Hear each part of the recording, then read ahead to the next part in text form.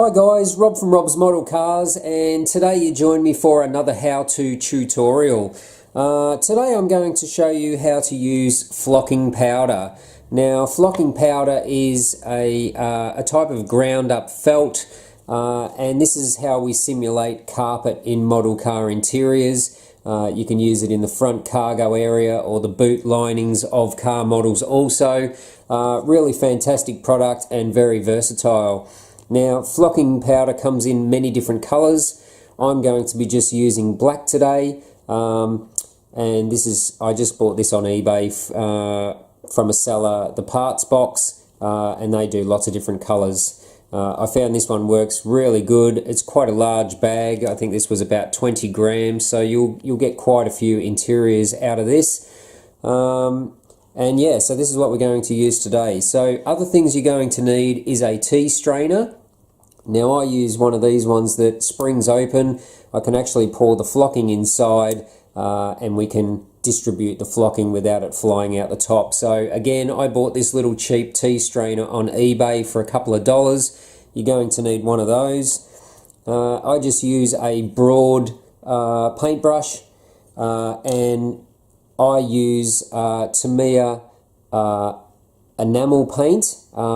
You may be able to use acrylic, but I've always found that enamel works better. And I'm using a flat black here because I'm using black flocking.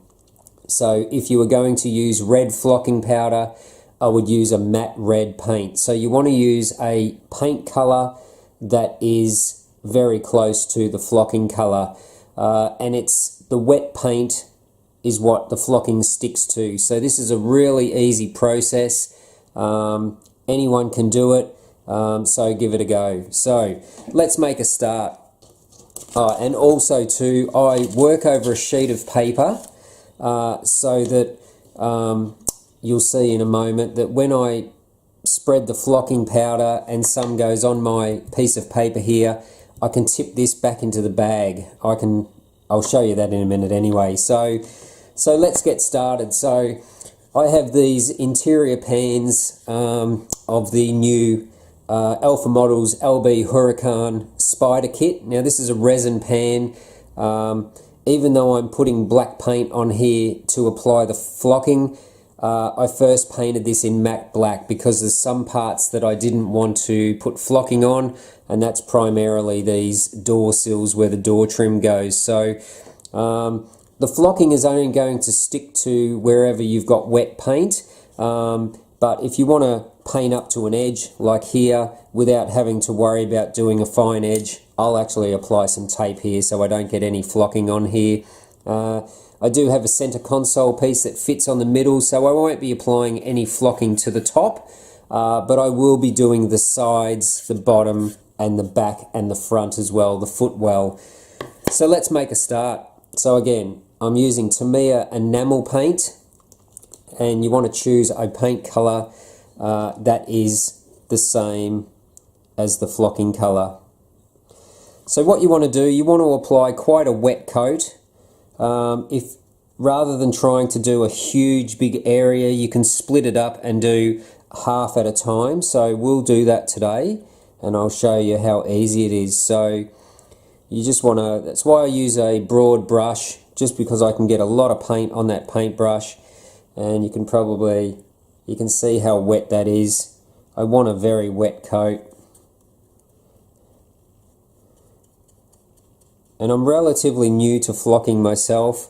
I only tried it a couple of models ago, and I was really impressed with the finish that I got from it, that I'll be using it now for a long time to come. So it's a great method to simulate carpet on the floor. You can also use it on door trims as well. You could even actually apply it to seats. We'll do a little bit in the center there as well, that little bucket, and then I'll come back and I'll do the other side. So that paint is very wet, and what we'll do, we will open up the flocking bag, open up the tea strainer, and we'll put some flocking powder into the tea strainer.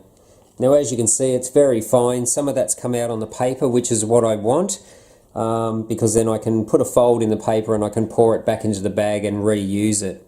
So we've got the wet paint on there, very wet, and all I'm going to do is tap the tea strainer with my top finger. I put a lot on there because you want it to stick to the paint and you want to get thorough coverage as well. And whatever doesn't stick to the paint will actually come off very easily. Have to rotate the part to get all the pieces, or all the faces I should say.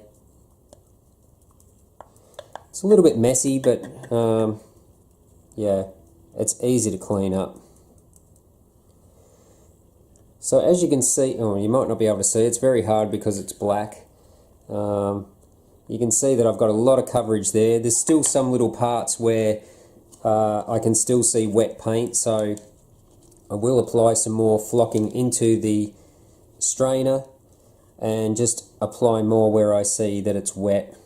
Now I don't mind putting an excess on there. In fact, I recommend to put as much on there as possible until you can't see any more wet paint. And I'm just about there.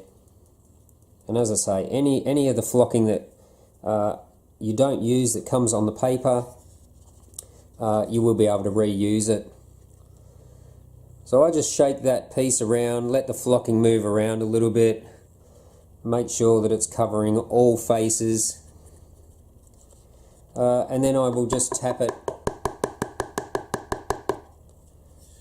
back out onto the paper. Now you can see there, hopefully, obviously the paint's got to dry underneath it, but I've got a really consistent coverage of the flocking. I hope you guys are picking this up. It's really hard to film black. But that's basically it. So once that dries, you have a nice carpeted finished feature, and I can peel the tape off here now. Oops, pulled a little bit of paint off as well, but you can see by the tape, that gives me a nice edge which will replicate the door sill, and I can just paint that little touch up there with a bit more matte black paint. So it's as easy as that. So you can experiment and play around with more colours. It's really easy to do, minimal tools required, and it'll just bring that extra level of realism to your model cars once you put carpeting in there. So pretty short tutorial just to show you how easy it is to add flocking powder to create a carpeted interior into your model cars. So I hope you enjoyed today's short tutorial. Can't speak today. And if you haven't subscribed to the channel already, please do. Don't forget to smash that like button, and don't forget to click the bell notification also, just so that you get all the latest and current updates. So that's it. Stay tuned. Plenty more modeling tutorials to come. Plenty more model reviews also to come. And thanks for watching Rob's Model Cars.